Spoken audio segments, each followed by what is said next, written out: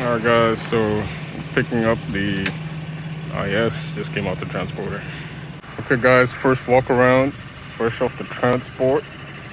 It's the IS. Got some pretty good looking cheap tires, pearl white. Got taillights that are intact, single exhaust.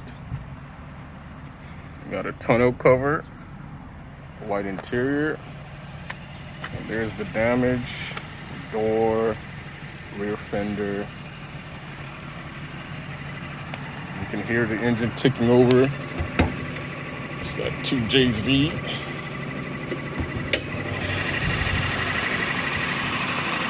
Looks pretty clean.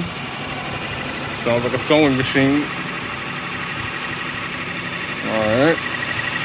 Well, there's some definite oil. A lot of oil in there. So let's take care of that.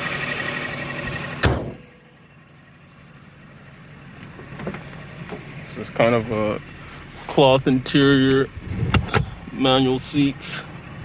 It's tan. Definitely gonna need a detail. Kenwood head unit. No lights. Automatic. Stay tuned for more on this.